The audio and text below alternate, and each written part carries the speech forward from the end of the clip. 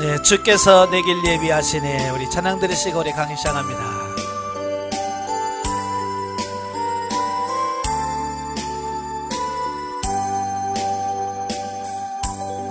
주께서 내 길 예비하시네.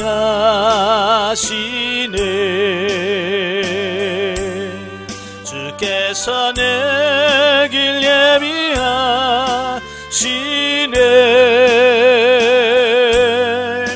이제 하루하루를 주를 위해 살리라. 주께서 내 길 예비하시네.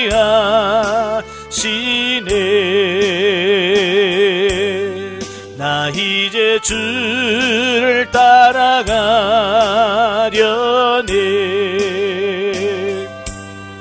나 이제 주를 따라가려네.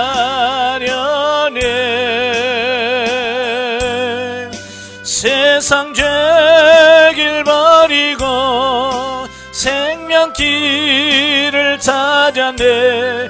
나 이제 주를 따라가려네.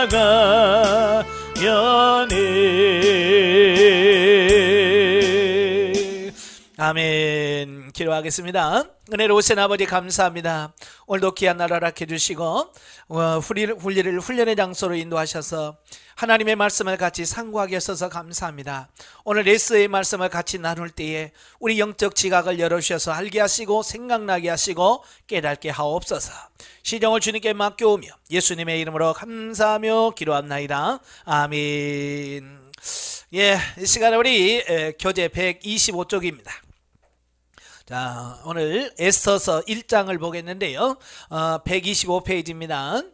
1장은 그 아하수에로 왕의 연애 및 왕후 와스디의 폐후에 대한 말씀을 합니다. 1절부터 8절 아하수에로의 왕의 잔치.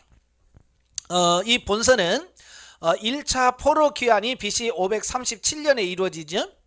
그리고 2차 포로 귀환이 BC 458년에 이루어집니다.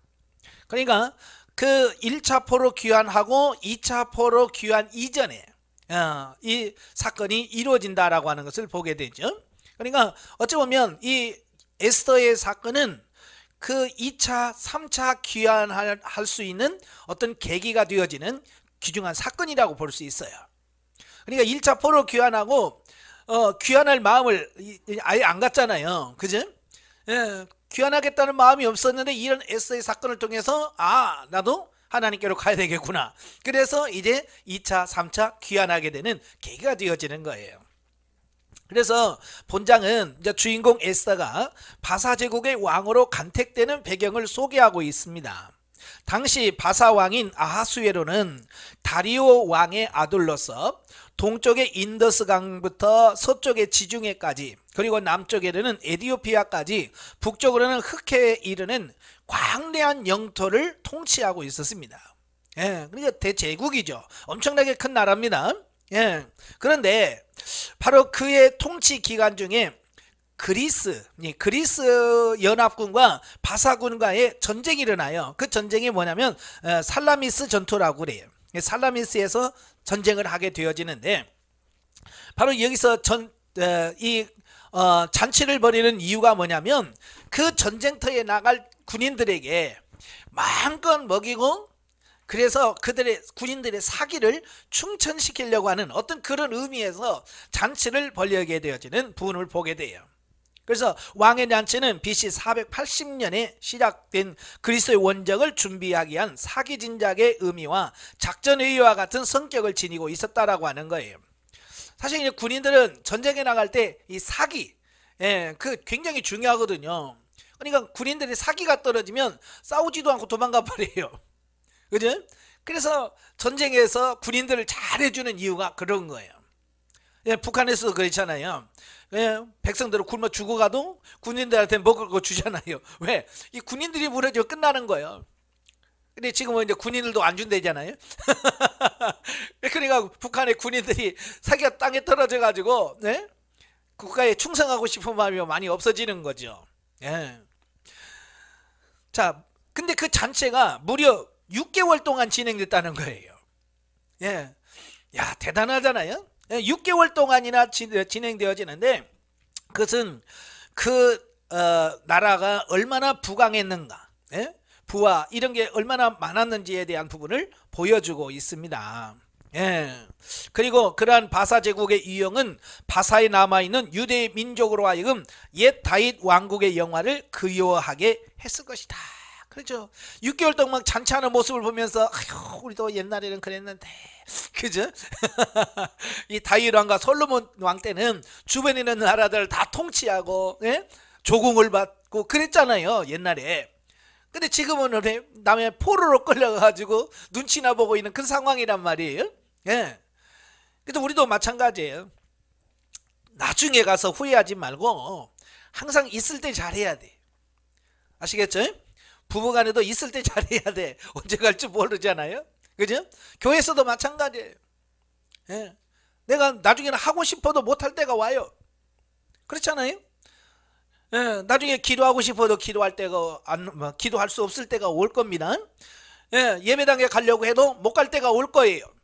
또 성경을 읽고 싶어도 성경을 못 읽을 때가 온다 그 말이에요.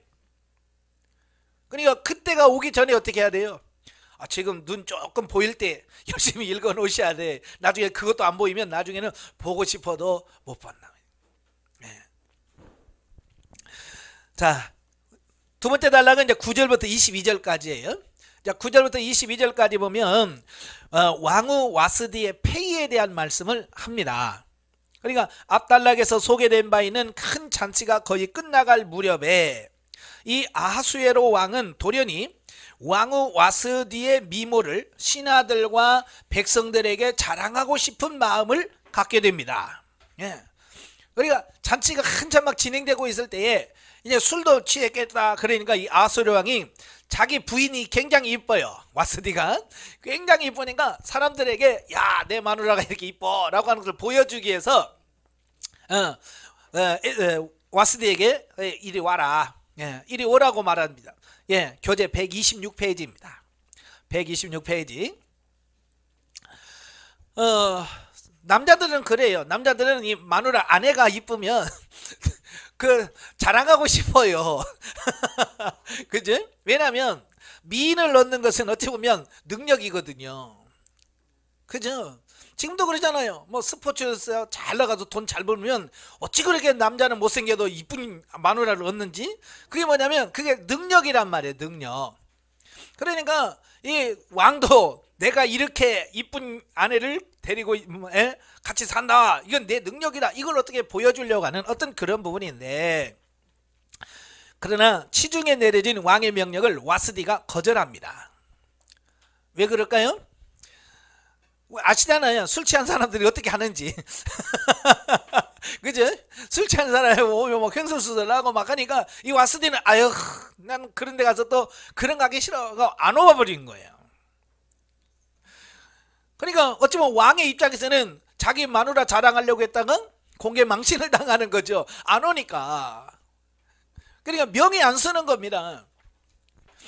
그러니까 아하수에로 왕이 궁중 자문관들에게 물어봅니다. 이럴 때는 어떻게 해야 되냐라고 질문을 하지요. 근데 자문관이 누구예요? 다 남자들이잖아요.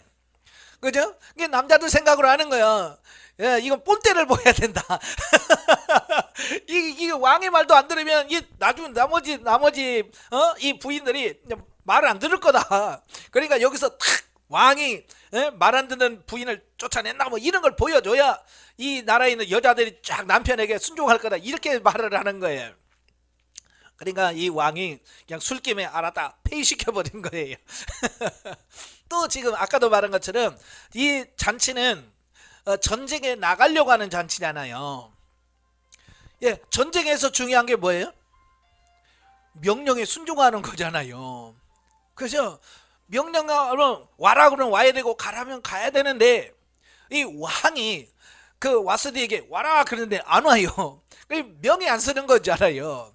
어떤 그런 이런저런 그런 여러 가지 사건 때문에 결국은 왕위를 폐위하게 되어지는 이런 부분들을 보게 됩니다. 예.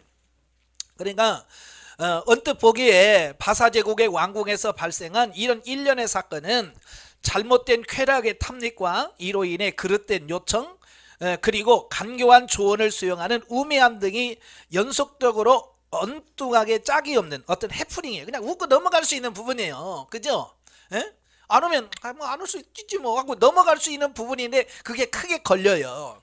결과적으로는 이 사건들이 유대인 처녀 에스더가 왕으로 간택될 수 있는 계기로 작용했다는 거예요. 그런 일이 없었으면 에스더가 왕으로 될 일이 없지요. 그러니까 이것도 역시 하나님께서 역사하는 가운데서 이루어질 일이더라 라고 하는 사실이에요. 예, 그러니까 하나님께서는 에스더를 왕으로 세워야 되는데 왕후가 계속 그 자리에 있으면 왕으로 에스더가 올라갈 수가 없잖아요. 그래서 하나님께서 그런 사건들을 일으켜서 그 와스디를 왕위에 대해서 쫓겨나게 하고 대신 이스라엘 민족을 구원할 에스더를 왕으로 딱 세우는 그런 계기가 되었다라고 하는 거예요. 다 하나님의 손길 안에서, 하나님의 섭리 안에서 이루어지는 것을 보게 됩니다. 자, 여러분도 마찬가지예요. 여러분 앞에서 일어나는 여러 사건들이 있잖아요. 예, 몸이 아프다든지 뭐 사업이 망한다든지 뭐 이런 일들도 언뜻 보면 내가 잘못해서 그렇고 지금 시대가 그래서 그렇다라고 생각할 수 있겠지만 어쩌면 더 그 안에는 뭐가 들어있냐면 하나님의 섭리하심이 들어있는 거예요. 예, 그러니까 왜 재수없게 지금 아파? 라고 우리는 생각할 수 있잖아요. 표면적으로만 생각하니까. 그러나 하나님께서는 그 아픔을 통해서 내가 영적으로 더 성장하고 성숙해 가기를 원하시는 하나님의 섭리가 들어있는 거예요. 그러니까 아프다고 원망하고 불평하지 마시고 어떻게 해야 돼요?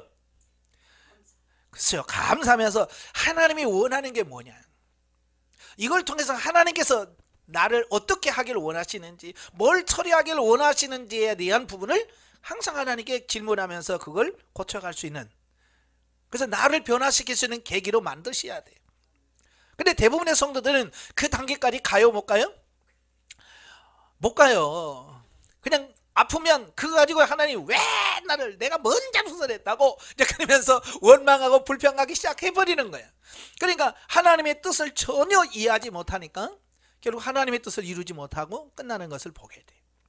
그래서 여러분들은 이제 그 다 알았잖아요, 그죠? 이제 알았으니까 어떻게 해야 돼요? 이제 그렇게 살아야죠.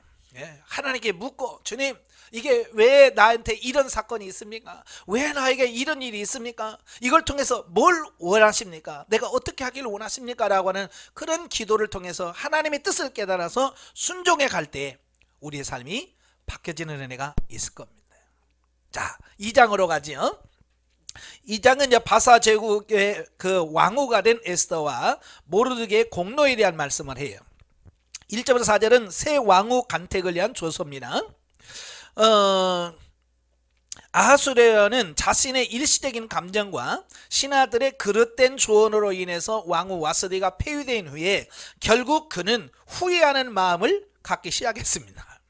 왜냐하면 홧김에 그냥 술김에 그냥 왕후자에서 쫓아내라 뭐 했는데 시간이 돼서 제정신이 오니까 또 전쟁에서 패하잖아요. 이 살라미스 전쟁에서 이겼으면 괜찮을 텐데 이 전쟁에서도 패했어요. 그러니까 우울해가지고 이렇게 축 처져 있는 어떤 모습을 보고 옛날을 그리워하는 거예요. 예. 특히 앞장과 본장 사이에 발생한 살라미스 전투에서 그리스 연합군에 의해서 패배한 처지가 되자 아하수르는 자신의 지난 날을 돌이켜보는 시간을 갖게 되었고, 그 와중에 와스디 사건을 떠올리게 된 것으로 추측된다. 사람들은요, 잘 나가면 생각할 수 있는 여유가 없어요. 잘 나가면 내가 지금 어떤 상태인지를 자기를 점검할 여유가 없어요. 바쁘게만 사니라고. 근데 이렇게 실패하고 그랬을 때 결국 자분이 앉아서 생각할 수 있는 기회를 갖는 거예요. 여러분도 마찬가지예요. 하나님께서 여러분을 갑자기 아프게 하시고 뭘 해서 그냥 자리에 앉혀놓는 이유는 뭐겠어요? 좀 그 자리에서 좀 머물러서 기도하고 깊이 좀 생각해보라, 그 얘기거든요. 예, 그 모든 환경을 하나님께서 주시는 거예요.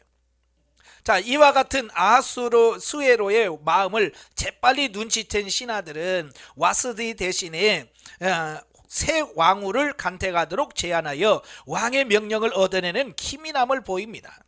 아마 그들로서는 와스디가 왕후로 다시 복귀될 경우 자신들이 결코 무사하지 못할 것을 염려한 듯하다.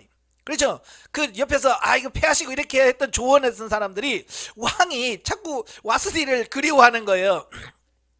자칫했다가는 왕후가 다시 내려와. 그러면 이제 끝나는 거예요. 왜? 옆에서 이렇게 간사하게 했던 사람들 어떻게 되겠어요? 왕후가 가만두겠어요?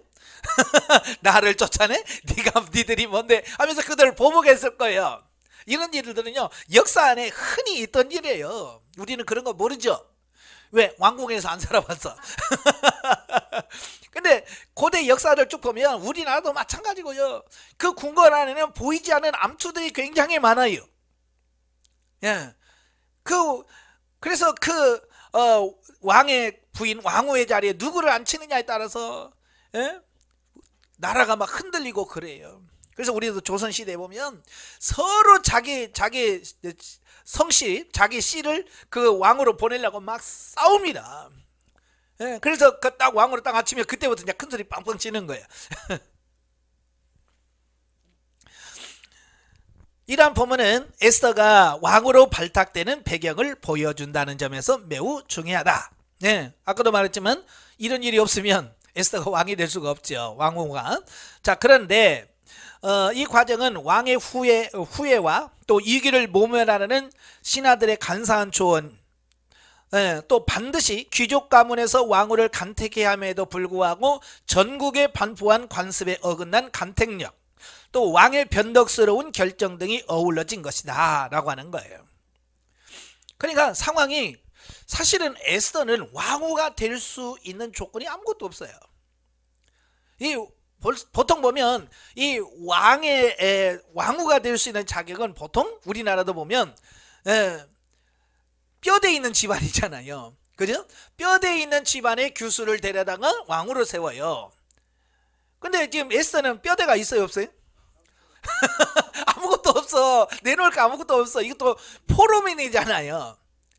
유대인에서 포로로 끌려온 사람이니까 뭐가 있겠어요? 아무것도 없죠. 그런데 이 밑에서 이 간사한 조언했던 그 간사한 사람들이 이 와수디를 배후하고 귀족이 딱 승당을 하면 그들이 득세한단 말이에요. 그러니까 이 사람들이 머리를 잘 쓴 거예요. 그냥 아예 평민을 뽑아놓으면 들어와도 밑에서 힘을 쓸 수 있는 사람이 없잖아요. 다 그런 것들이 어우러져서 에스더를 왕으로 삼게 만드신 거예요. 이게 기가 막힌 거예요. 하나님이 그렇게 하신 거죠. 하나님은 이러한 인간의 사악함과 약점까지도 사용하셔서 에스더를 역사의 전면에 나오게 하심으로써 하나님은 그의 구속의 역사를 당신의 선한 뜻대로 이끄심을 보여준다. 다 하나님의 손길 안에서 이루어지는 거예요. 자, 5절부터 18절까지 보면 이제 왕으로 간택된 에스더, 새 왕후를 간택하기 위한 아하수에로 왕의 명령에 따라서 바사 제국의 각도에서 선발된 아리따운 처녀들이 수산궁에 모여들게 됩니다. 자, 우리나라도 그래. 과거에 간택령이는 뭐냐면 세자의 세비를 얻는 어떤 그런 시기가 되면 이 간택령이 떨어집니다. 그러면 결혼이 딱 금지가 돼요. 왕자가 그 세자가 왕을 부인을 얻을 때까지 결혼을 못 해요. 마찬가지예요. 이때도 그게 딱 내려지니까 결혼을 못 하고 그 도에서 이제 이쁘고 왕후가 될 만한, 요즘으로 말하면 뭐 미스 코리아 출신 뭐 이런 거 있잖아요. 자, 그런 거 해가지고 거기서 이제 뽑힌 대표들만 또 올라가서 이제 결선을 하는 어떤 그런 부분이라고 볼 수 있겠죠. 그런데 포로 생활하고 있던 유대인 처녀 에스더도 그 중에 포함되었다는 거예요. 보면 5절과 7절에 보면 족보에 의하면 그녀는 BC 597년에 바벨론 군대의 2차 예루살렘 침공 때에 끌려온 베냐민 지파 기스의 후손이었다라고 하는 거예요. 그리고 베냐민 지파에 속해 있는 처녀라고 하는 거지. 그래서 다른 처녀들과 함께 왕궁으로 들어간 에스더는 약 1년간의 준비 기간을 거쳐서 아하수에로 왕의 앞에 서게 됩니다. 그 결과 새로운 왕으로 간택되는 영화를 누렸다라고 하는 거죠. 그러니까 유대인 포로의 신분이자 고아와 다름없었던 에스더가 바사 제국의 왕으로 간택된 것은 장차 유대 백성들의 재난에서 구원하시기 위한 하나님의 섭리였다는 거예요. 미리 다 하나님께서 이렇게 준비시켜 놓는 거죠. 마치 노예로 팔려간 요셉을 애굽의 총리로 세우셔서 야곱 일가를 기근으로부터 보호하신 것과 매우 유사하다. 그렇잖아요. 종으로 팔려가는 요셉, 그를 하나님께서 총리로 세우잖아요.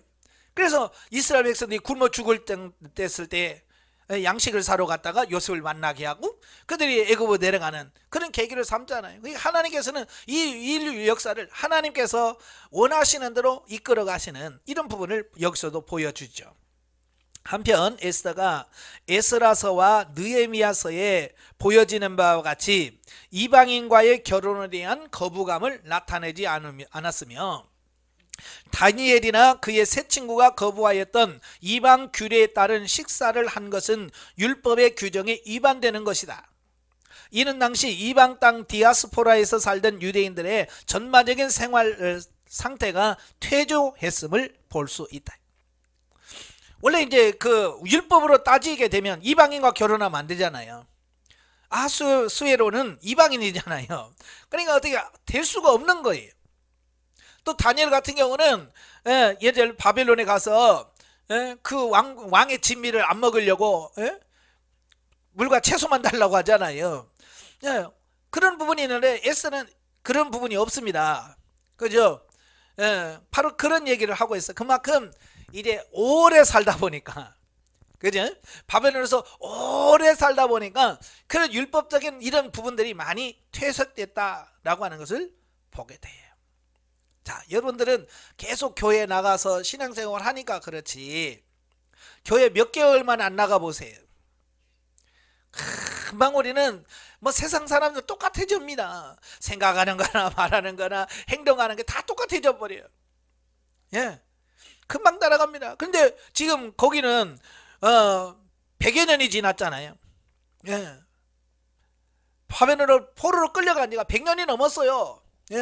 100년이 넘었으니까 얼마나 많이 바뀌었겠어요. 이제 바벨론에 사는 사람들은 2세대, 3세대, 길게는 4세대, 5세대까지 내려갑니다. 그러니까 이런 부분에서 많이 퇴색될 수밖에 없었다는 것이죠. 그러나 하나님은 이와 같은 율법의 요구에 충실하지 못했던 자조차도 하나님의 구원 섭리를 이끌어 가시는 도구로 사용했다. 즉 하나님께서는 에스더의 당시 부족한 신앙 상태까지도 이용하셔서 미처 인간이 상상치도 못한 결과를 이끌어내신 것이다. 이를 통해 우리는 하나님과 홀로 역사의 주관자가 되셔서 당신의 기쁘신 뜻에 따라 역사를 이끌어 나가심을 알 수 있다. 그러니까 하나님의 일하시면서 너무 윤리 도덕적인 것을 따지면 안 돼요. 그죠? 근데 우리는 교회에서 너무 윤리 도덕적인 것을 따져요. 때로는 하나님께서 이런 윤리 도덕적인 부분을 초월할 때가 있거든요. 그죠? 그래서 우리는 윤리는 무시하면 안 됩니다. 제가 늘 말했죠. 윤리를 무시하면 안 돼요. 윤리는 우리가 지켜야 돼요. 세상 사람들을 지키는, 예를 들어 쉽게 말하면 어른들을 공경하고 인사하고, 이건 뭐예요? 기독교인들은 기본으로 해야 되는 거예요. 그것만 하면 안 되잖아요. 예수님 뭐라 그래요? 원수까지도 사랑해라고 그랬어요. 그걸 초월하는 거예요. 그건 일반 윤리를 초월하는 게 뭐예요? 원수를 사랑하는 거예요. 근데 오늘 신앙생활하는 많은 사람들 보면 이 윤리도덕 문제를 이걸 못 넘어가. 요거 그렇죠? 윤리 이거 문제 하나 못 넘어가서 교회에서 시험 들고 그것 때문에 싸우고 난립니다. 그래서 우리는 이걸 초월할 수 있는 신앙이 돼야 돼요. 아시겠죠? 자, 그 다음에 19절 23절까지 보면 반역 사건을 적발한 모르드게, 보면은 에스더를 친딸처럼 양육했던 모르드게가 왕궁 문지기로서의 자신의 직무를 수행하던 중에 아하수에로 왕을 암살하는 음모를 발견하게 돼요. 예, 그래서 그 사실을 에스더를 통해서 왕에게 보고하는 사건을 소개합니다. 예, 왕궁에는요 항상 뭐요? 이렇게 음모 꾸미는 사람이 있어요. 왕을 제거하고 지가 왕이 되려고 하거나 뭐 이런 사람들이 늘 있는 겁니다. 예, 그러니까 얼마나 왕들은 거기에 신경을 쓰겠어요. 그래서 심지어 밥 먹을 때도 그냥 우리처럼 이렇게 못 먹잖아요. 그죠? 기미상궁이 다 맛을 봐야 되고, 술도 그냥 마시면 안 돼요. 예? 술관은이 딱 은수저 넣어보고 마셔보고 괜찮습니다 그럼 마시고, 예, 그렇게 조심한단 말이에요. 그런데 그 내시 중에서 그들을 왕을 죽이려는 음모를 꾸미는 것을 이걸 들었어요. 그래서 왕에게 보고를 하는데, 자기가 보고해도 되잖아요. 그죠? 자기가 보고해도 되는데 이 모르드게는 자기가 신고하지 않고 에스더를 통해서 가게 만들어요. 왜 그럴까요? 모르드게는 어찌하든지 자기보다는 누가 높아지길 원해요? 왕후가 왕의 신임을 받기를 원하는 거예요. 그러니까 자기가 할 수 있음에도 불구하고 에스더를 통해서 하게 만들어서, 예? 그 에스더의 존재를 부각시키고 이렇게 하려는 의미를 가지고 있습니다. 근데 또 에스더는 자기 이름을 높이려고 하지 않고 자기 이름으로 하지 않고 모르드게 이름으로 한 거예요. 이게 서로 이런 거죠. 예? 서로 자기 이익을 챙기지 않고 상대방을 생각하는 이 마음이 결국은 나중에 아름다운 열매를 맺게 되는 이런 부분을 보게 돼요. 예. 그리고 이 사건은 6장 이후에 모르드게가 유대 백성들을 구원하는 데 결정적인 배경이 되죠. 예, 이 음모를 발견하는 게, 즉 반역 사건을 미연에 방지하는 큰 공을 세우게 된 모르드게는 이제 궁중일기에 그 이름이 기록되기에 이르렀지만, 나중에 이 일은 유대인을 몰살시키려는 하만의 흉계를 분쇄시킬 수 있는 계기로 작용하게 되어집니다. 그러니까 하나님께서 나중에 쓰시려고요, 이때는 상을 베풀지 않아요. 그냥 그렇게 그냥 없었듯이 그냥 쑥 지나가 버리는 거예요. 얼마나 서운했겠어요. 그죠? 여러분 같으면 어떻게 하겠어요? 내가 쥐 생명 살려줬는데 그 상 하나 없냐? 라고 생각할 수 있겠죠. 그런데 하나님의 계획은 딴 데 있었다는 얘기예요. 그러니까 여러분도 마찬가지예요. 지금 당장 뭐가 안 된다고 너무 속상할 필요 없어요. 자녀들 키워보면 어때요? 제 나이에 장가 못 가고 시집 못 가면 속 터지죠. 그죠? 다 때가 있어요. 하나님이 하실 때가 있어. 그래도 기다리면 되는데 우리는 그걸 못 기다려. 그래서 맨날 넌 언제 가냐 언제 가냐. 그러니까 더 스트레스 받아가지고, 예? 자, 그럴 수 있잖아요. 하나님의 때가 있습니다. 예. 한편 모르드게는 이 공로를 절대 왕정 체제하에서 결코 작게 평가될 수 없다. 왜냐하면 고대는 신하에 의해서 죽임당하는 왕들이 더러 있었다. 많이 있습니다. 이때는 모르드게에서 이 아하수에로가 모면을 했지만 결국 이 아하수에로도 나중에 그 신하들의 반란에 의해서 죽임을 당합니다. 결국은. 예. 참 그런 걸 보면 참 하나님의 뜻 안에서 살게도 하시고 살리기도 하시고 죽게도 하시는 거예요. 그러니까 우리 살고 죽는 것이 다 하나님의 손에 달려 있습니다. 아시겠죠? 예. 그래서 우리는 죽어도 감사, 살아도 감사, 예? 먼 범사에 감사할 수는 우리가 돼야 돼. 자, 또한 본문에서 우리는 모든 일이 궁극적으로 하나님의 섭리대로 전개된다는 사실을 깨달을 수 있습니다. 즉 에스더가 바사 제국의 새로운 왕으로 간택된 것과, 그렇죠? 될 수가 없는데 됐어요. 이게 하나님의 섭리예요. 그 다음에 모르드게가 왕궁의 문을 지키는 관리로 발탁되어 반역 사건을 적발해낼 수 있는 것도 우연이 아니죠. 그죠? 문지기로 있다고 다 발견하는 건 아니잖아요. 딱 하나님께서 시간 맞춰서 보게 하고 듣게 하고 딱 하나님께서 시간 맞춘 거예요. 또 아하수에로 왕의 목숨을 구할 만큼 큰 공을 세운 모르드게가 당장에 충분한 포상을 받지 못하고 다만 그 이름이 궁중일기에 기록된 것 역시 얼른 보기에는 매우 불공평한 일로 여겨지지만 결코 그렇지 않다는 겁니다. 다시 말해서 이런 일의 전개는 모든 것이 합력하여 선을 이루시려는 하나님의 오묘한 섭리가 작용한 결과였다라는 겁니다. 예. 하나님은 합력하여 선을 이루시는 분이에요. 예. 그러니까 지금 당장 안 된다고 우리가 속상해하거나 열받아 하지 마세요. 아시겠죠? 예. 만약에 모르드게가 그때 즉시 상을 받았더라고 한다면 무슨 상을 받았겠어요? 별로 그렇게 큰 상을 받지 못했을 거예요. 근데 딱 왕에게 정확한 때에 하나님께 하시니까 그를 총리가 되어버리네요. 예, 이게 기가 막힌 거예요. 예. 그래서 하나님이 하시면 이렇게 커. 사람이 하면 얼마나 되겠어요? 뭐 상금이나 좀 포상금이나 받고 관직이나 1계급 뭐 특진 뭐 이런 거 됐겠죠. 예. 그러면 잘 돼봐야 뭐요? 문직이 대장이나 했겠죠. 총리는 안 되고. 그렇지만 그때 당시에는 아무것도 없었지만 나중에 더 큰 것으로 온다. 그러니까 아까도 말한 것처럼 당장 눈앞에 보이는 것에 너무 신경 쓰지 마라 그 말이에요. 영적이에 보죠. 아하수에로 왕이 통치하던 페르시아 제국은 세상 나라를 상징합니다. 유대 백성들이 포로민의 신분으로 페르시아 제국 전역에 흩어져 살게 되었던 바와 같이 우리는 아시아 대륙의 일부분인 대한민국이라고 하는 세상 나라에 살고 있다. 그런데 유대 백성들은 표면적으로는 페르시아 제국이 제정한 법과 규칙을 따르지만 내면적으로는 면면이 계승되어 온 율법에 의한 지배를 받는 삶을 살았다. 그래서 그들은 비록 페르시아라고 하는 바사라는 제국의 속에 살았지만 그들은 뭐요? 나름대로 유대인이라고 하는 그 계명, 율법을 지키면서 나름대로 유대인으로 지켜야 될 윤리를 지키며 사는 거예요. 그러니까 바사라는 세상 나라에 살면서도 그들은 하나님 나라의 법을 지키며 살았다는 얘기예요. 이게 오늘날 우리들이 그대로 적용되는 겁니다.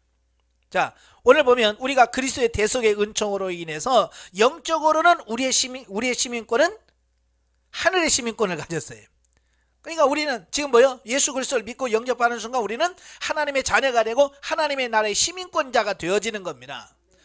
그렇다고 내가 지금 천국에 확 들어갔습니까? 아직 또 여전히 이 세상에서 지금 살고 있잖아요. 그죠? 문제가 많은 세상에서 살고 있다 그 말이에요. 그러니까 우리는 천국 시민이라고 하는 그것과 또 이 세상에 대한민국의 국민이라고 하는 이 두 가지 신분을 가지고 있는 거예요. 그래서 이 두 가지 신분 속에서 우리는 갈등도 하기도 하고, 그죠? 갈등하기도 하고 범민하기도 하고 그렇습니다. 그러므로 참된 그리스도인의 삶은 현세 천국 안에서 영 중심의 온전한 삶을 살아가는 동시에 세상이 요구하는 의무와 권리를 다 해야 된다. 아시겠죠? 그러니까 우리는 두 가지 일을 하셔야 돼요. 하나님의 일에 충실도 해야 되고 세상의 일도 충실해야 돼요. 그러니까 군대 가야 돼, 군대 가야 되고 세금 내라 하면 세금 내고 그래야 되는데 누구처럼 우리는 군대 안 가 그러고 버티면 안 돼. 그건 자기만 생각하는 거지 세상 나라를 이걸 생각하지 않는 거잖아요. 그죠? 그러면 안 돼요. 우리는 두 나라에 충성을 다해야 돼요.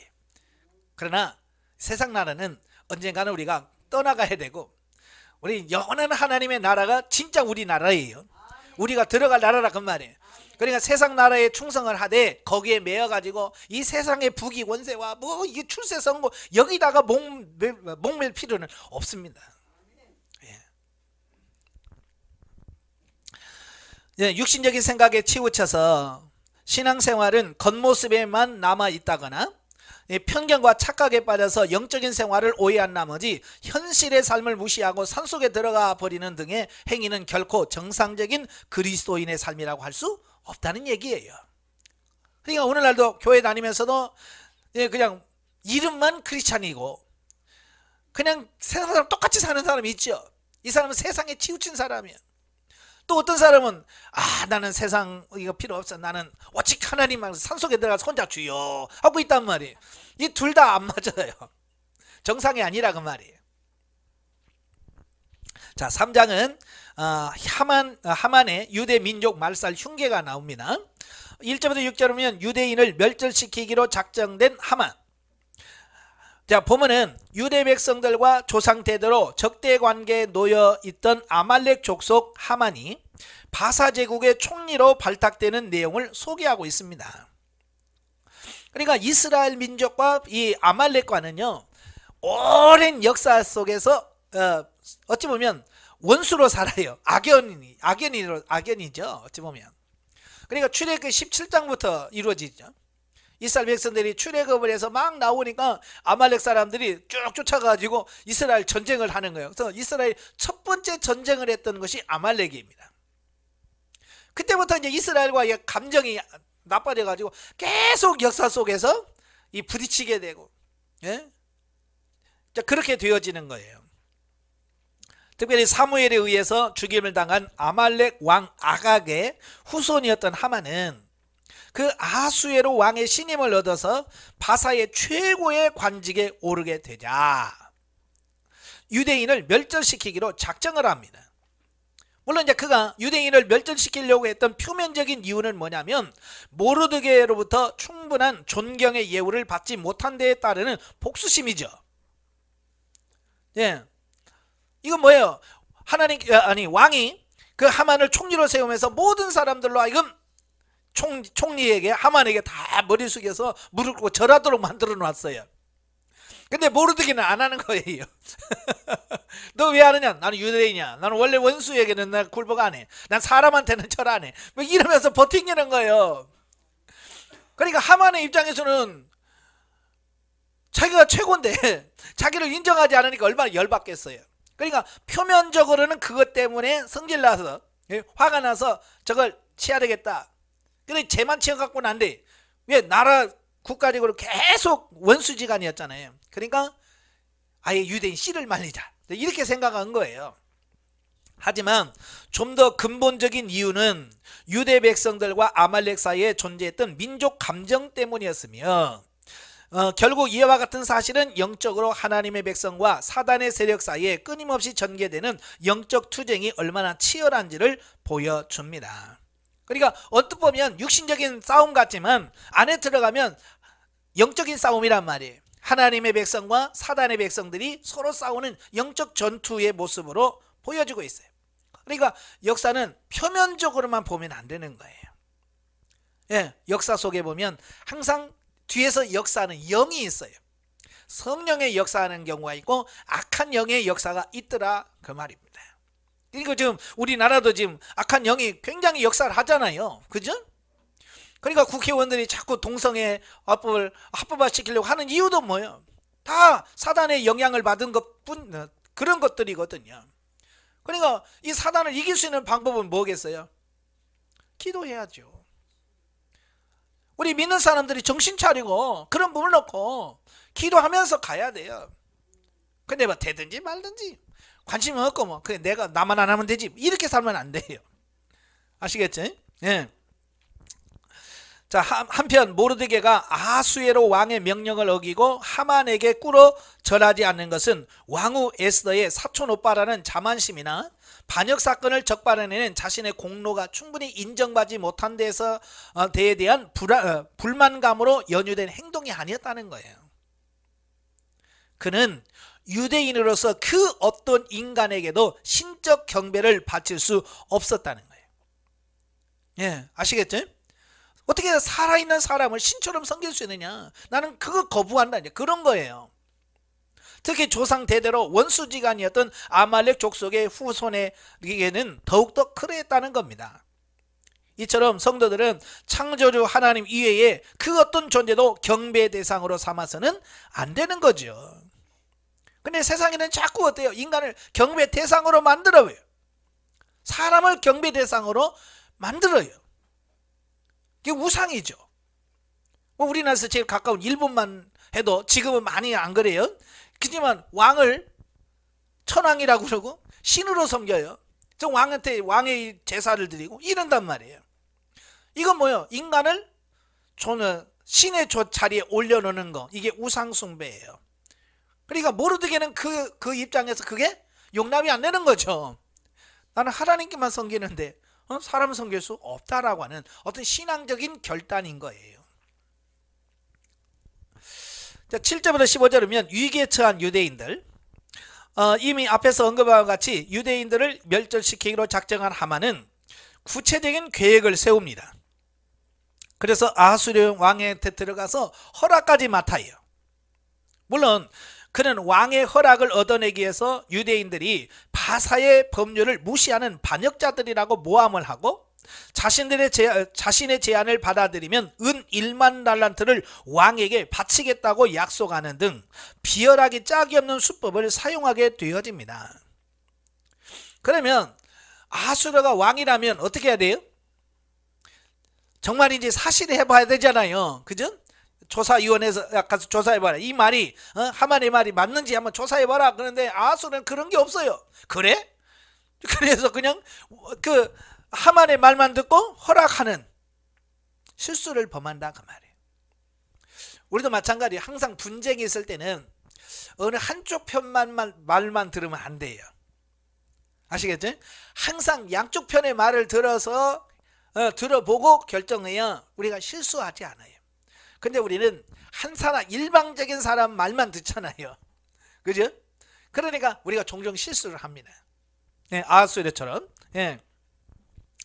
그리하여 아하수르 수에로 왕은 12년 12월 13일을 기하여 바사 제국의 각도에 거주하는 모든 유대인들을 일제히 살해하라는 조서가 1월 13일에 선포되어집니다.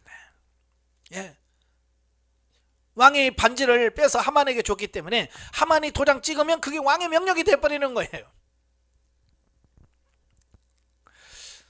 자, 한편 하만이 유대인 살육을 무려 11개월 후로 계획한 이유는 참 이것도 하나님의 뜻이에요.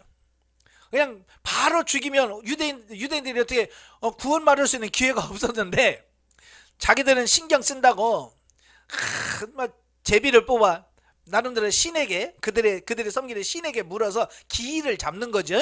예. 뭐 여러분은 안 그렇죠? 뭐 결혼식 하려면 어디 가서 날짜 잡아오고 그러지 않죠?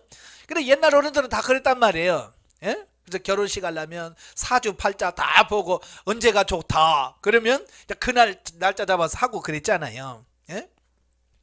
바로 하만이 그런 거예요. 자기 신의 신 앞에서 제비를 뽑으니까 날짜가 12월 13일로 뽑힌 거예요. 그런데 11개월이라는 시간이 남아있어요. 네, 11개월이라는 시간이 남아있기 때문에 충분히 유대인들이 회개하고 돌이키고 그걸 그의 손에서 벗어날 수 있는 시간이 충분했다라고 하는 거예요. 네, 바로 이것이 하나님의 뜻이다. 네. 그래서 제비 뽑기의 결과는 하만을 파멸로 이끌고 유대인을 구원하시기 위해 하나님의 간섭하심을 보여줍니다. 그래서 잠언 16장 33절에 보면 제비는 사람이 뽑으나 그 일을 작정하기는 여호와께 있느니라 그랬잖아요. 아무리 지들이 제비를 뽑아도 그걸 뽑게 하시는 이가 하나님이에요. 그러니까 하나님을 이길 수 있는 사람이 있어요 없어요? 없어요. 여러분도 하나님 이겨요 못 이겨요? 근데 왜 그걸 못 이기면서 하나님한테 덤벼요? 왜? 알면서 왜 그래? 근데 우리는 하나님 일러봐요. 나 따져봅시다. 우리 기도하면서 그러잖아요. 예, 우리는 하나님 앞에 어떻게 할 수가 없어요. 그냥 우리는 하나님의 뜻에 예 하고 순종만 하면 됩니다. 예, 4장으로 가지요. 132페이지. 4장은 이제 온 유대인의 탄식 및 에스더의 결단이 나오게 됩니다. 1절에서 3절 유대인의 애통. 이래 하만의 간계에 의해서 바사제국의 모든 유대인들을 살육하라는 아하수르 왕의 조서가 선포되자 모르드게를 비롯한 유대의 백성들은 큰 애통 가운데 빠지게 되었다. 그렇죠? 그때 당시 왕의 명령은 이거 끝이잖아요. 예. 또 그 바사 제국의 법이 뭐냐면 왕도 한번 자기가 도장 찍어서 선포하는 것은 왕도 못 받고 왕도 야 아까 실수했다 그거 바꾸라 못해요. 변개치 못한단 말이에요. 그러니까 유대인 입장에서는 왕도 이제 바꿀 수 없는 그죠? 왕도 한번 조서를 냈으면 바꿀 수 없다는 걸 아니까 얼마나 고통이 컸겠어요. 그죠? 밑에 있는 부하가 그렇다면 왕한테 가서 조언해서 왕이 좀 바꿔달라고 하면 할 수도 있잖아요. 예, 밑에서 했으니까. 그런데 왕이 해놓으니까 이제 왕한테 가서 할 수도 없어요. 예, 그렇죠? 그래서 오직 왕 위에 누가 있어요? 예? 왕 위에 하나님이잖아요. 왕 위에 하나님이 있으니까 하나님 주여 살려주세요 하고 하나님 앞에 기도하게 됐다고 말이에요. 예, 다 이게 하나님의 뜻이에요. 그래서 보면은 이러한 상황 가운데서 모르드게와 유대 백성들이 어떤 모습으로 하나님께 부르짖든지 소개를 하고 있어요. 참으로 굵은 베옷을 입고 금식하며 죄를 뒤집어 쓰면서 태성통곡하는 그들의 모습 속에서 자신들은 무능력하며 오직 하나님만이 자신들을 재난에서 건질 수 있다는 신본주의적 신앙을 믿음을 드러내게 되어진 겁니다. 그러니까 그때 당시에는 영적으로 식을 대로 식어 참 밑바닥에서 그냥 세상 사람들과 거의 비슷하게 살았던 그들이 이 조서를 받고 나서 그때서야 정신이 바짝 나는 거예요. 그래서 평소 기도 안 했던 사람이 기도하고 금식하기도 하고 굵은 배를 동이고 옷을 입고 이거 뭐 회개의 최상의 모습이에요. 예, 정말 간절한 회개할 때 이렇게 하거든요. 굵은 배 옷을 입고 죄를 깔아놓고 죄를 뒤집어 쓰면서 금식하면서 하나님께 기도합니다. 예, 하나님이 원하셨던 게 그거예요. 예, 정신 차리라는 거예요. 그렇게 세상에서 그렇게 살지 말고 하나님 앞에 정신 차려서 믿음으로 신앙으로 깨어 있으라고 이 사건을 허락한 거거든요. 그러니까 잠자던 신앙이 어때요? 그 과정을 통해서 확 일어나는 것을 보게 돼요. 그러니까 교회도 그래요. 교회도 잘 나갈 때보다 어떤 위기가 딱 오잖아요. 위기가 왔을 때 그 위기를 어떻게 극복하느냐? 대부분의 성도들은 교회가 어려우면 도망가 버려요. 여기만 교회인가? 하고 떠나버려요. 하나님은 그게 아니잖아요. 그죠? 하나님은 그게 아니라 그 속에서 기도하면서 하나님의 뜻을 이루라고 고난을 주신 건데 그냥 도망가 버려요. 여러분 절대 도망가지 마세요. 당당하게 하나님 앞에 엎드려서 오늘 이스라엘 백성들이 제 가운데 앉아서 회개하며 교회를 위해서 민족을 위해서 기도했듯이 우리가 그렇게 해야 돼요. 아시겠죠? 그러니까 여러분의 사명이 큰 거예요. 아시겠죠? 뭐 나 영성훈련 받아서 나만 다 천국의 삶을 살아야지 이건 아니에요. 여러분의 교회에서 정말 그런 신실한 삶을 살 수 있는 삶이 되셔야 돼요. 예. 보면은 멸망이 임박했다고 선포하는 그 선지자 요나의 외침을 듣고 거국적 회개 운동을 전개한 니느웨 사람들의 모습을 연상시킨다. 그러죠? 예, 요나가 물고기 뱃속에 들어가 가지고 회개하라. 원래 그 니느웨 성이 사흘을 돌아야 한 바퀴 돌 수 있는 성인데 하루만 휙 돌면서 회개하라 그러고 왔는데도 그 백성들이 회개했어요. 참 이게 하나님의 역사는 대단한 거예요. 예? 그걸 뭐 처삼촌 벌초한다고 그러잖아요. 예, 그냥 대충 했는데도 그 말이 그 속에 들어가니까 어때요?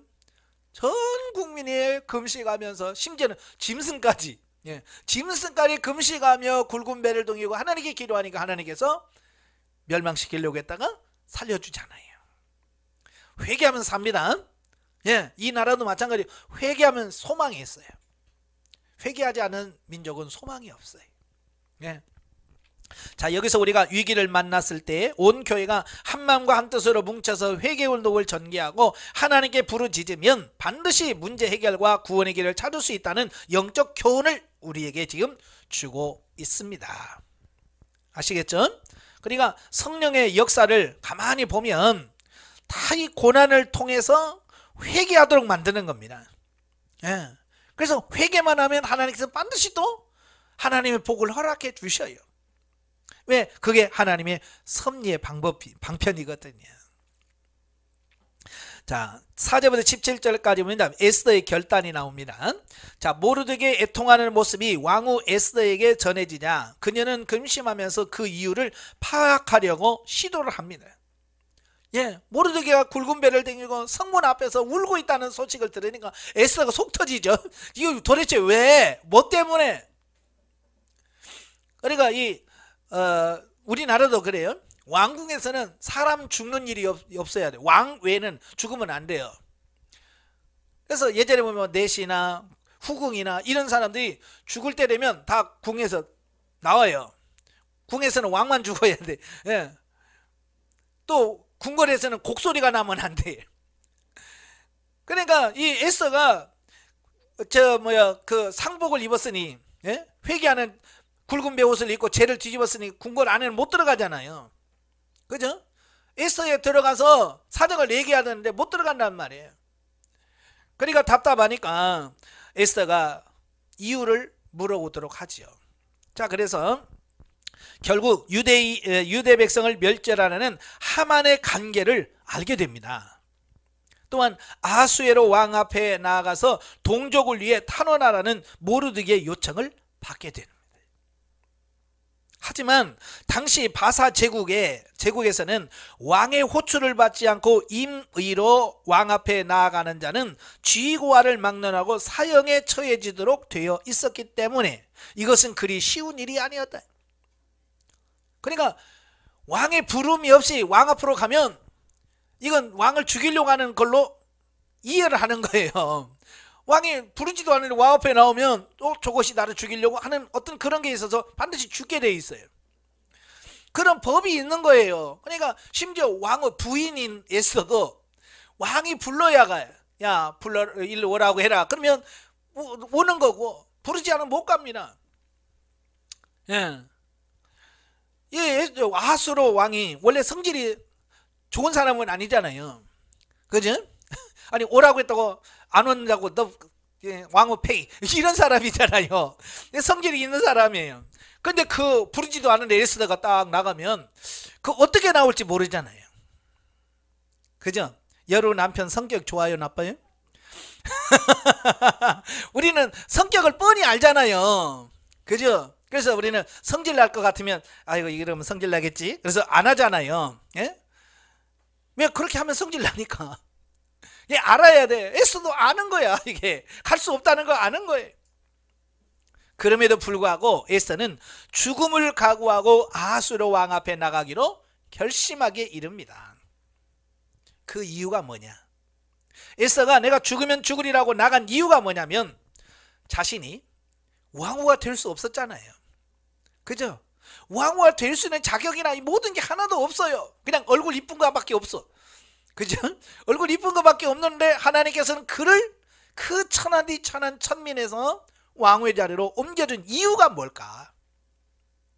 하나님이 나를 왕후의 자리까지 오게 하신 이유가 뭘까?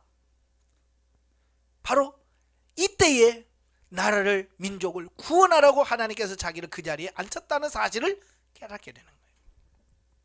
이건요 굉장히 중요한 사실이에요. 예. 오늘날도 마찬가지예요. 오늘날도 마찬가지. 여러분들도 왜 나를 지금 이 자리에 있게 하시는가? 그 이유를 아셔야 돼.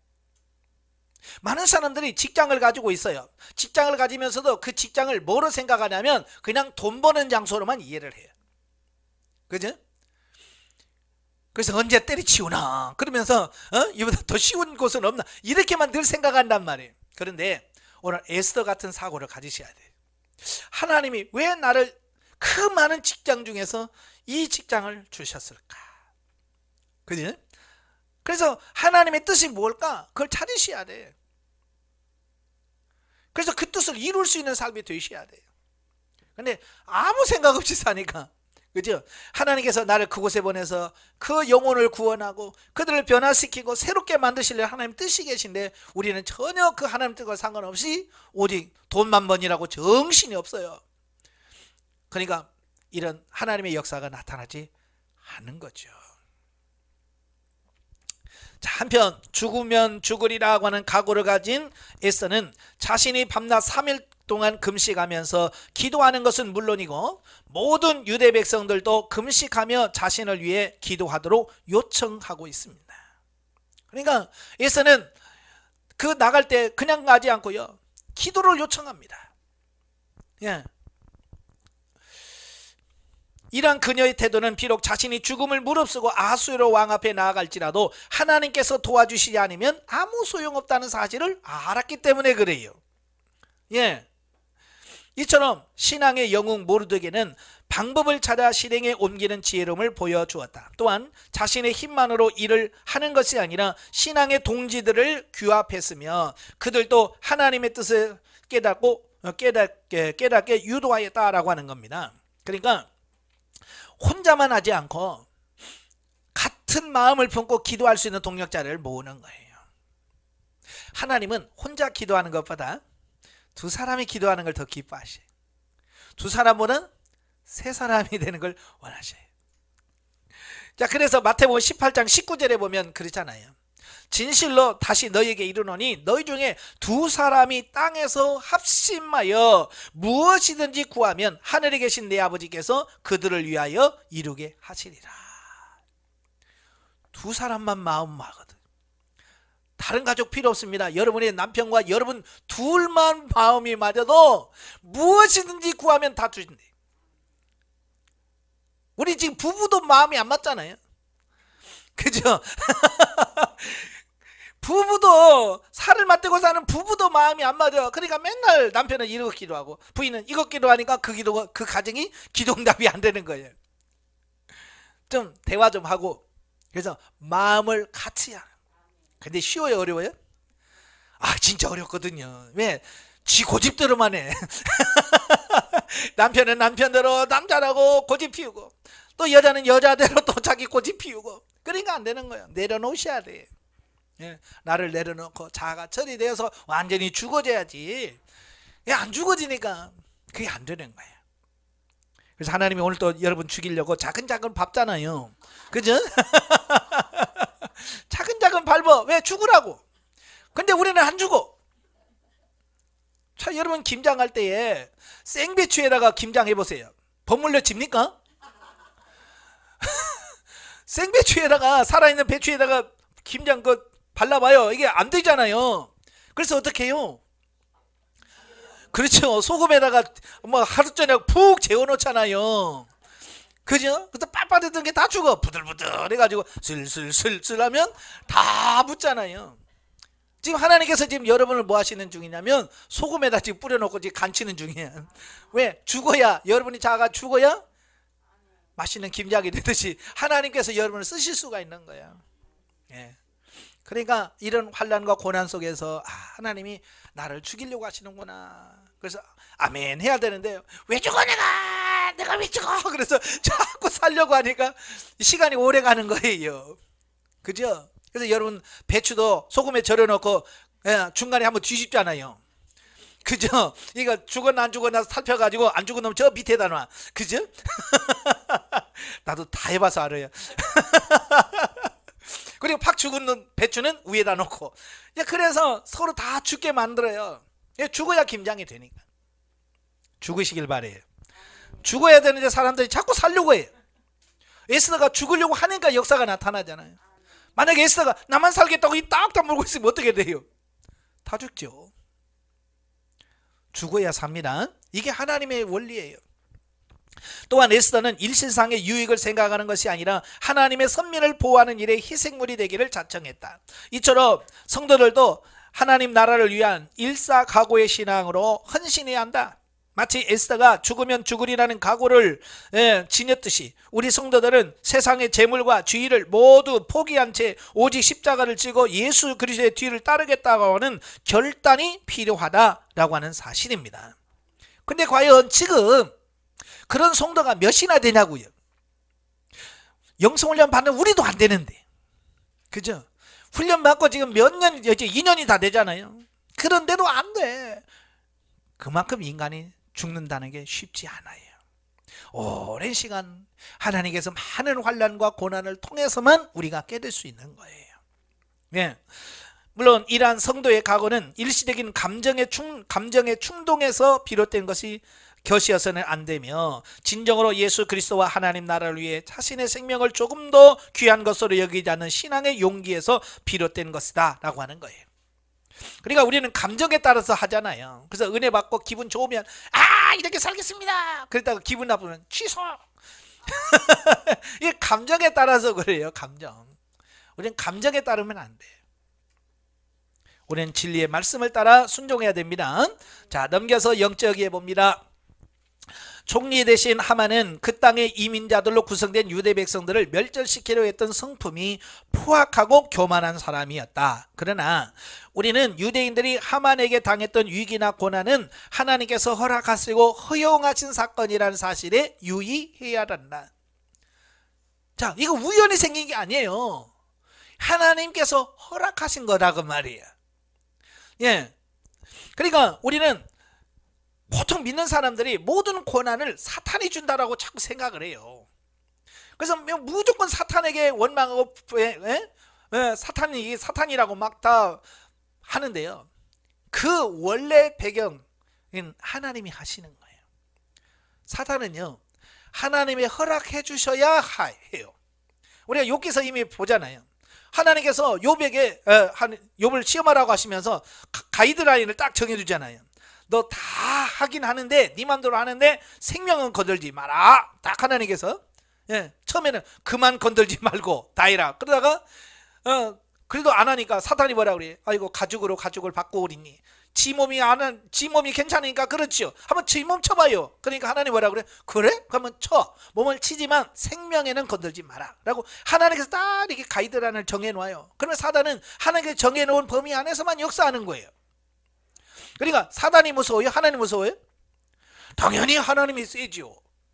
그러니까 무조건 사단의 역사라고 이 마귀가 한 거라고만 하지 말고 그것을 계획하시고 성취하시는 하나님한테 가서 하나님께서 뭘 원하십니까?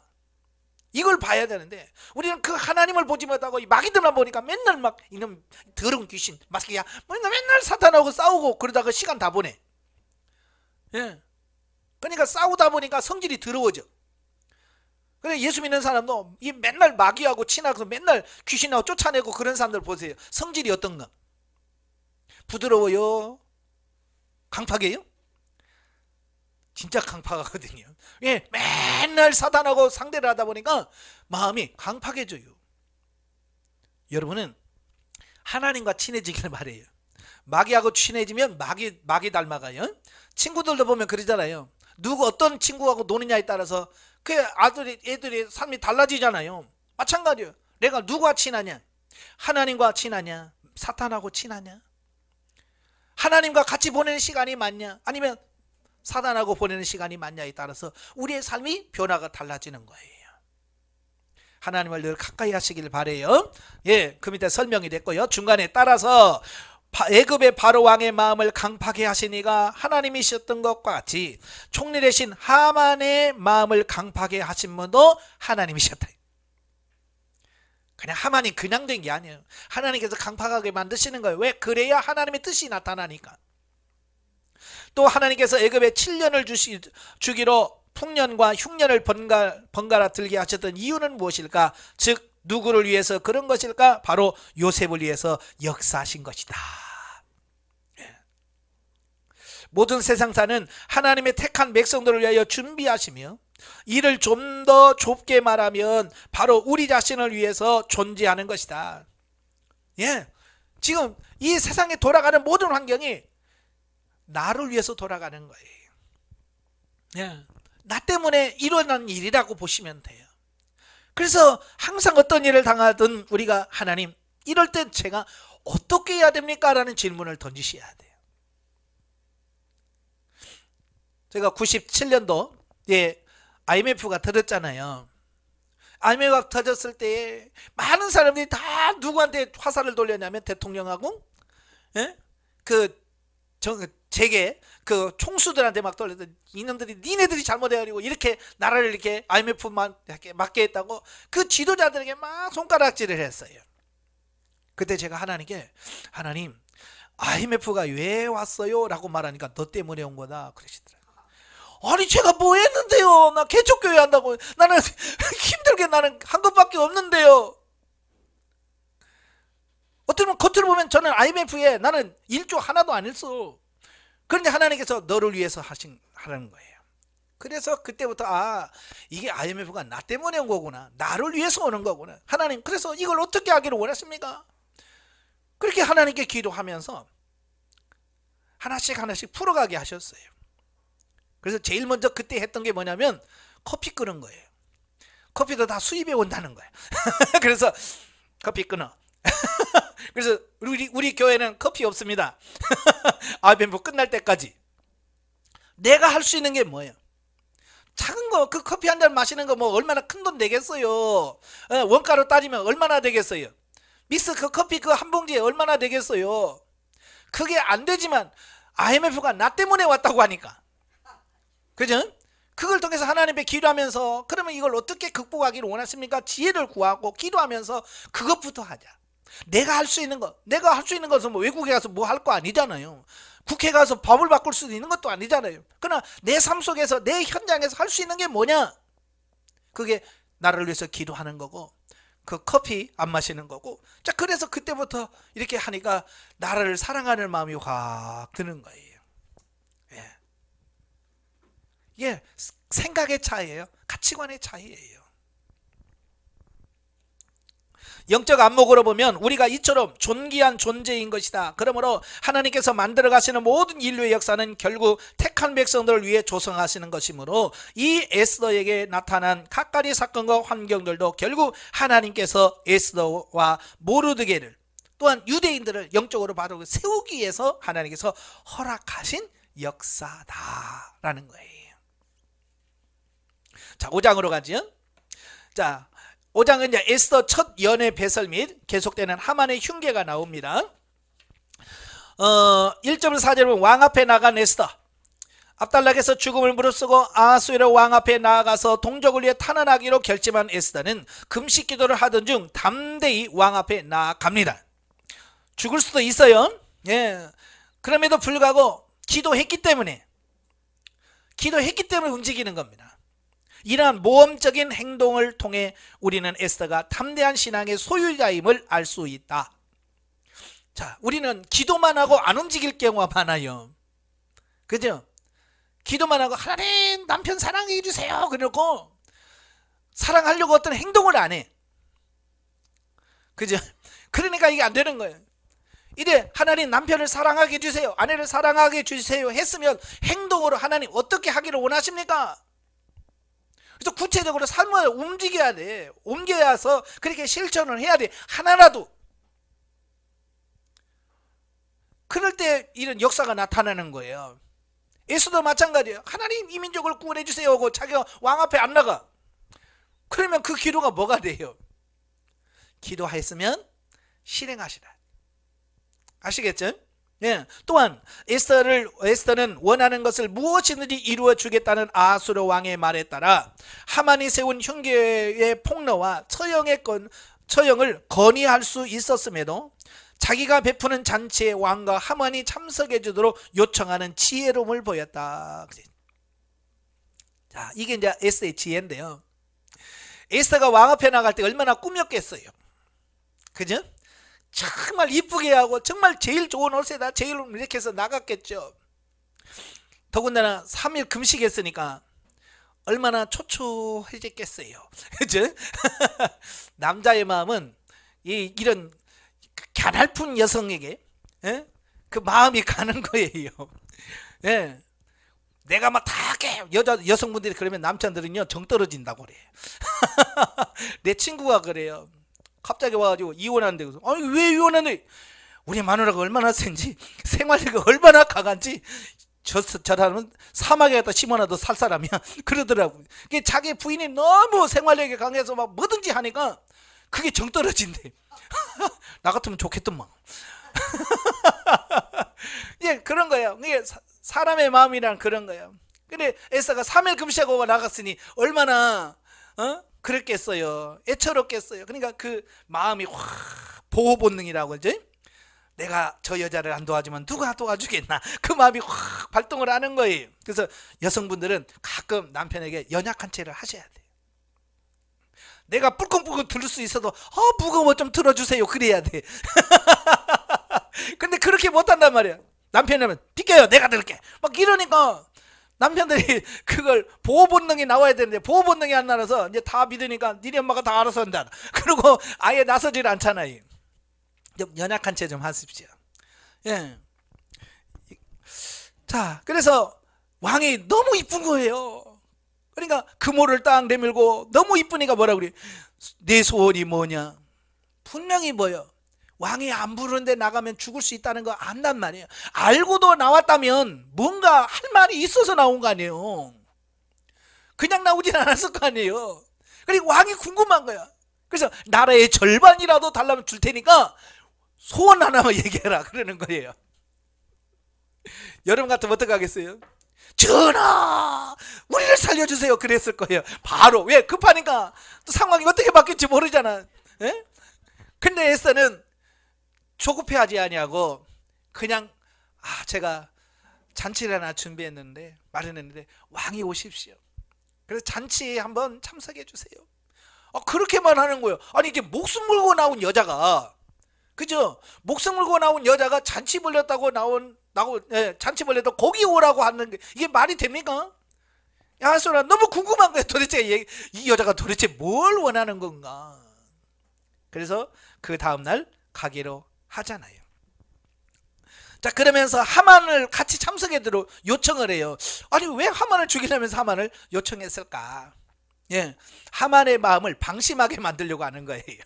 예, 왕후의 사랑과 왕가 사랑을 지가 다 받았다고 생각해놓고 경계심을 확 풀어버리는 거예요. 자, 그러려고 하는 거예요. 그러니까 이 에스더가 얼마나 지혜롭게 했는지를 아셔야 돼요. 보통 보면 우리들 마찬가지예요. 어떤 문제를 생길 때 보면 그 문제가 생겨난 원인을 보면 지혜가 없어서 생기는 게 너무 많아요. 그죠? 그래서 야고보서 1장 5절에 너희 중에 누구든지 지혜가 부족하거든 후히 주시고 꾸짖지 않으신 하나님께 구하라 그러면 주시리라 그랬어요. 그래서 항상 여러분은 지혜를 구하셔야 돼요. 무슨 일이라도 하나님 이럴 때는 어떻게 해야 됩니까? 남편이 이러는데 이럴 때는 어떻게 해야 됩니까? 자식이 이러는데 어떻게 하면 좋습니까? 라고 하나님께 자꾸 지혜를 구하십시오. 그때 하나님이 지혜를 주십니다. 아시겠죠? 아마 이러한 그녀의 태도는 하만이 유대인 멸절의 시행일로 삼고 있었던 기간이 비교적 길었으므로 섣불리 이를 추진하기보다 좀 더 신중하게 일을 처리하여 모처럼 자신에게 주어진 기회를 적절히 활용하기 위함이었다라는 사실입니다. 더군다나 지금 에스더가 치려고 하는 상대가 누구예요? 하만이잖아요. 하만이 누굽니까? 왕의 신임을 제일 얻은 사람이요.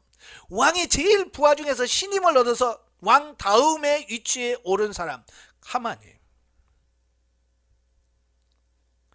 만약에 에스더가 섣불리 얘기했다가 잘못했다가는 12월 13일까지 못 가. 그잖아요.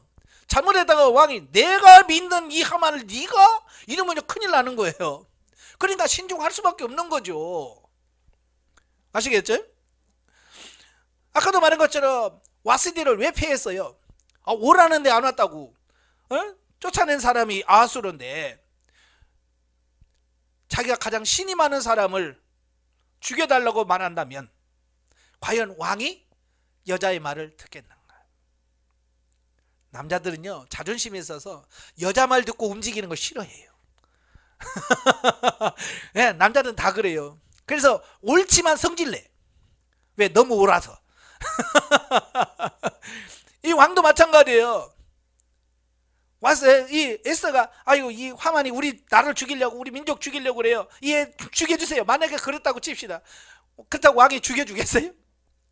그렇게 신이 많은 부하인데 차라리 너를 폐위시키겠다 이렇게 나올 수 있단 말이에요. 그래서 그가 신중할 수밖에 없었다.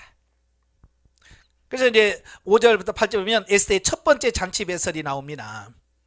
그래서 원하는 것은 무엇이든지 해주겠다는 약속을 해준 야하수르의 왕의 말을 따라서 자기가 베푼 잔치에 왕과 하만을 참석해 주도록 요청합니다.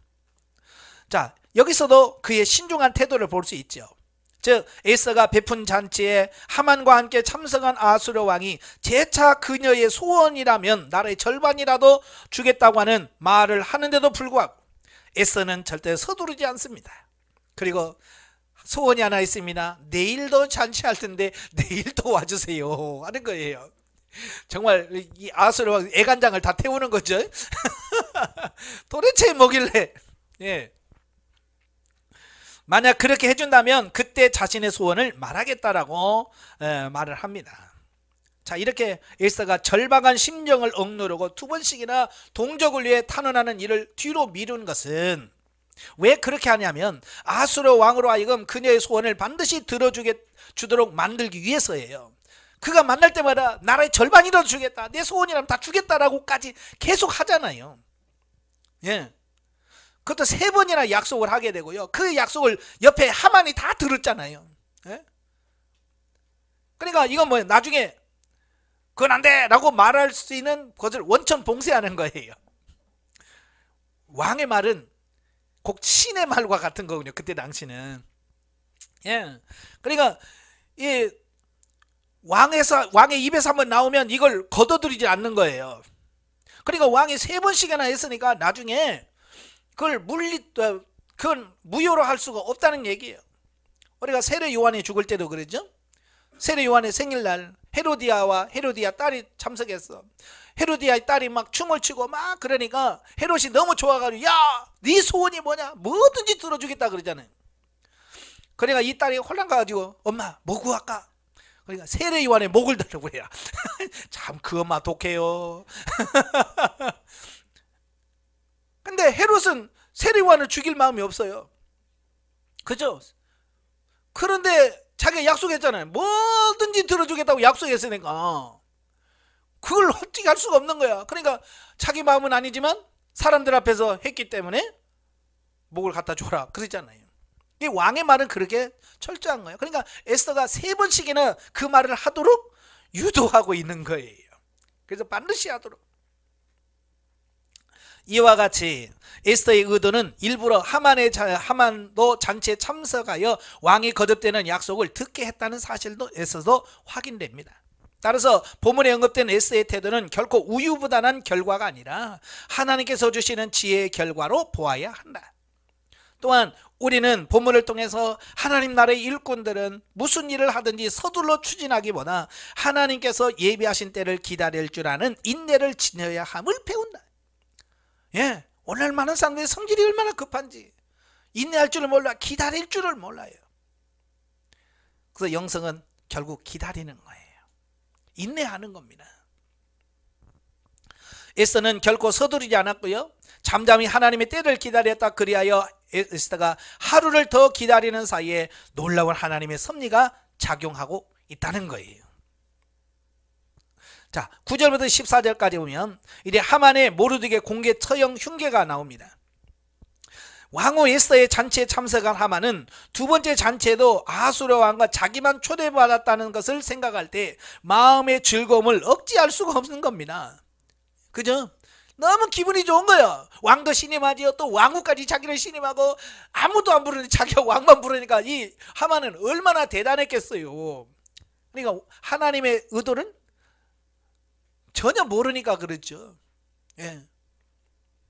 하지만 이와 같은 하만의 기쁨은 현실을 오해한 데서 비롯된 것에 지나지 않았고요. 그 앞에 이미 파멸의 그림자가 드리워져 있다는 거예요. 착각 속에서 매우 즐거며 집으로 돌아오던 하만은 또 모르드게가 여전히 자기 자신에게 엎드려 절하지 않는 모습을 보고 크게 분노해서 참자, 12월 13일에 저것도 다 끝이야 이러면서 오지요. 그러면서 너 뭐라고 그래? 그때까지 못 기다리겠는 거야. 너무 오래 걸려. 12월 13일까지. 그래서 저걸 당장 어떻게 처리해야 되겠다라고 결심을 하고요.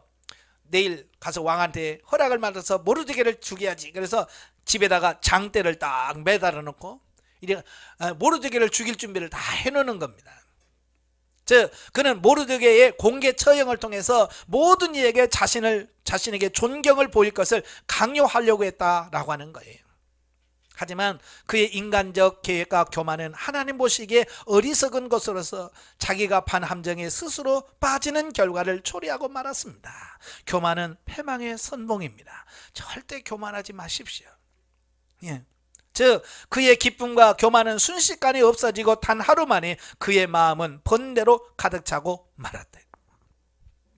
그러므로 우리는 본문을 통해서 잠시 눈앞에 보이다가 사라지고 마는 이 세상의 것들로 인하여 지나치게 기뻐하거나 슬퍼하지 말고, 잠깐 지나가는 이 세상에서 좋은 일 있다고 너무 기뻐하지 말고, 좀 슬픈 일 있다고 너무 괴로워하지 마라, 그 말이에요. 그것도 지나가는 거예요. 우리는 하나님께서 우리를 위해 독생자 예수 그리스도를 아끼지 아니하시고 십자가에 내어 주셨으며 천국의 시민권을 우리에게 허락하셨다는 사실로 인하여 크게 기뻐하고 즐거워하는 자들이 되어야 된다.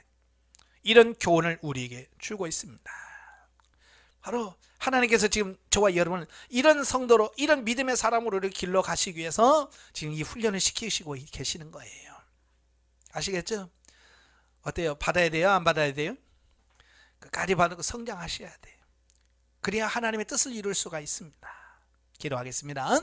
은혜로우신 아버지, 오늘도 귀한 시간을 허락해 주시고 에스더의 말씀을 살펴보게 하셔서 감사합니다. 이 에스더를 통해서 하나님의 역사의 주인공인 걸 믿습니다. 우리의 앞에 닥치는 많은 어려운 문제들을 만날 때 우연이 아니라 하나님께서 우리를 변화시키려고 하는 하나님의 손길이라는 사실이 인식되어지고 인정되어져서 그걸 통해서 하나님의 뜻을 찾고 구하는 우리가 되어지게 하시고 하나님의 뜻을 이루어드리는 우리 모두가 될 수 있도록 성령님 도와 주시옵소서. 예수님의 이름으로 감사하며 기도합나이다. 아멘. 하나님 경드립니다.